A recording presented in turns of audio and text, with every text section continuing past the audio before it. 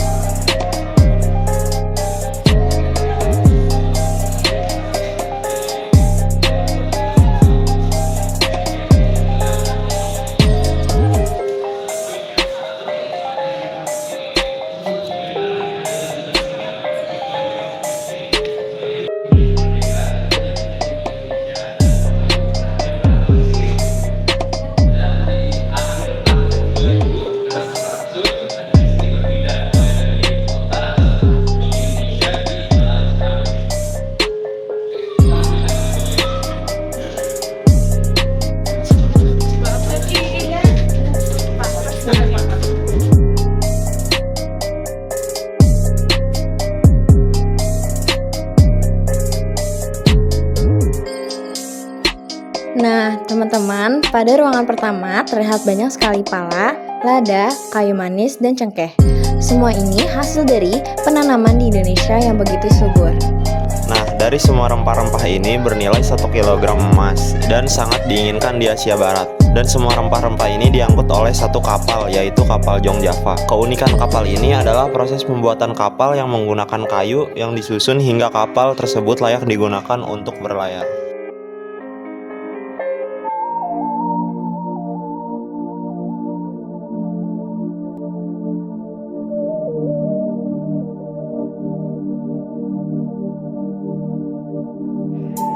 Nah, teman-teman di sini semuanya itu adalah mengatasi pemberontakan pencetakan uang.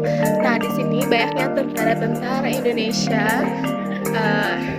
yang untuk mengatasi pemberontakannya dalam mengatasi pemberontakan pencetakan uang di Indonesia, teman-teman.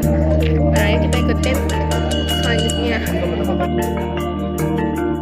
Terlihat pada patung ini, di sini tuh terlihat bahwa pada patung ini itu untuk membentukkan kekuatan Indonesia pada tahun 1960-an. Banyak bangunan-bangunan megah yang didirikan pada saat itu.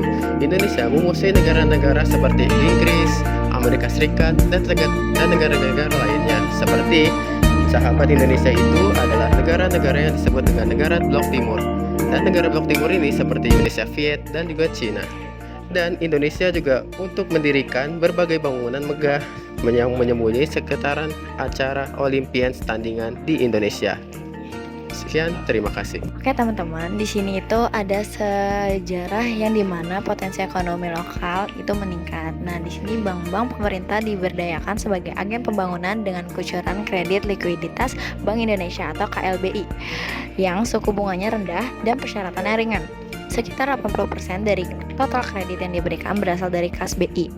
Potensi ekonomi lokal didorong demi peningkatan ekspor non-migas maupun berbagai kegiatan ekonomi produktif lainnya. Kelangkaan pasokan, terutama pangan dan sandang, berhasil diatasi dan kesempatan kerja pun meluas. Nah, kalau misalnya kalian dilihat sebelah kiri ini banyak banget kain-kain batik Pokoknya gambar-gambar patung-patung yang ada di Museum Bank Indonesia ini sangat-sangat realistis dan benar-benar nyata gitu loh. Oke, dadah semuanya. Setelah Bank Tunggal Indonesia dibubarkan dan pemerintah diberdayakan sebagai agen pembangunan dan lembaga intermediasi, para masyarakat kecil menengah menabung untuk membiayai hidup mereka serta masa depan mereka. Karena zaman dulu uang nilainya sudah selalu terus menurun. Akibatnya banyak sekali uang yang beredar nilainya turun sekali, dan Indonesia pun menggalakkan kegiatan menabung untuk mengurangi inflasi tersebut.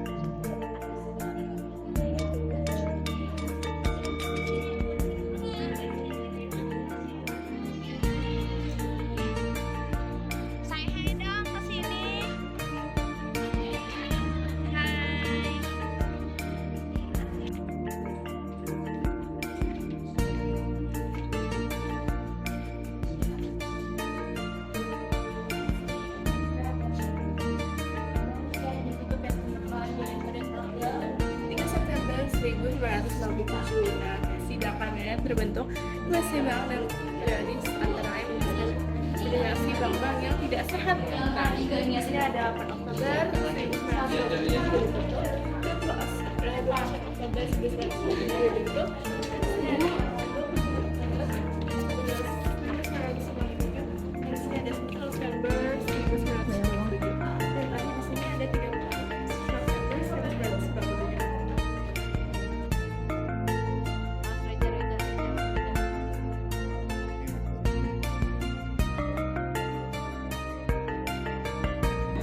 Nah teman-teman, kali ini kita akan mempelajari tentang pendistribusian uang. Nah kalian bisa menonton animasi ini. Lucu banget pakai ini. Ketika di dalam kantor Bank Indonesia dilakukan proses sortir uang, yaitu dengan memisahkan uang layak edar dan uang yang tidak layak edar. Uang tidak layak edar selanjutnya akan dimusnahkan. Setelah uang selesai disortir, selanjutnya uang layak edar akan dimuat ke dalam kendaraan dan siap dikirimkan. Dari kantor pusat, mobil bergerak menuju pelabuhan.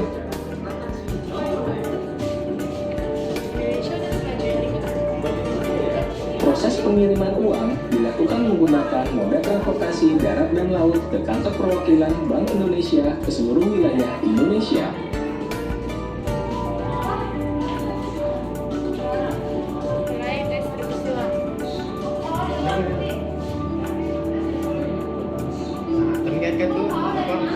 Moda transportasi udara dengan pesawat terbang akan digunakan dalam kondisi luar biasa dan menjadi pilihan terakhir.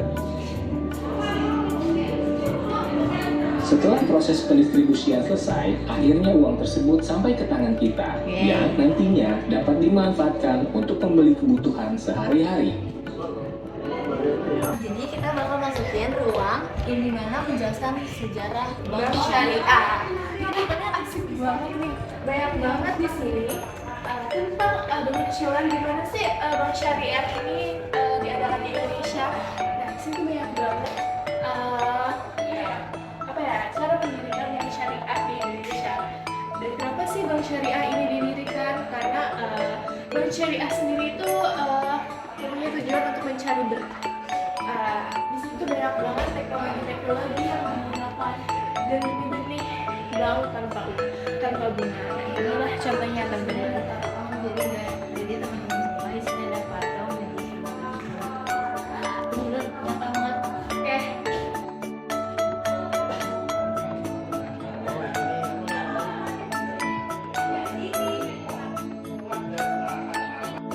Yang kerja di produksi masih perawat yang di sana lebih kecil.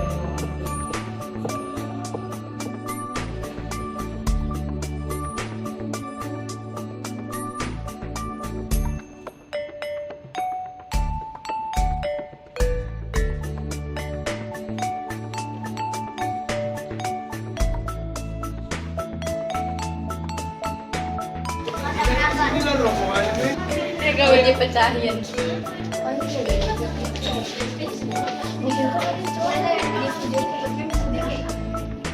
Emang iya?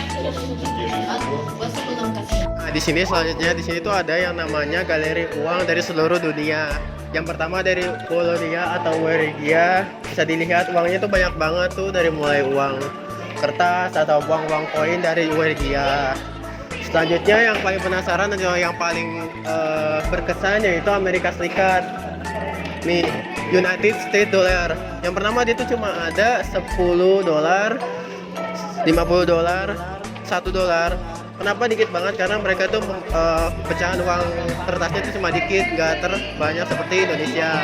Teman-teman, di sini ada miniatur yang dimana menggambarkan bangunan Museum Bank Indonesia. Sumpah ya, keren-keren banget. Jadi maket ini merupakan tampak keseluruhan bangunan kantor di Javares Bank yang dibangun pada tahun 1935.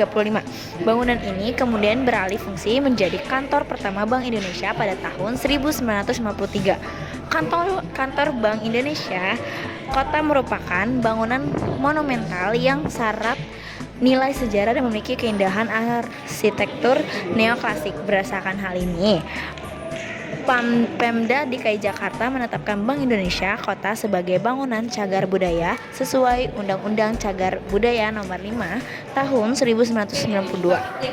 Pelestarian, Bank Indonesia ini melakukan konservasi dan revitalisasi gedung Bank Indonesia Kota sebagai wujud kepedulian terhadap pelestarian bangunan cagar budaya.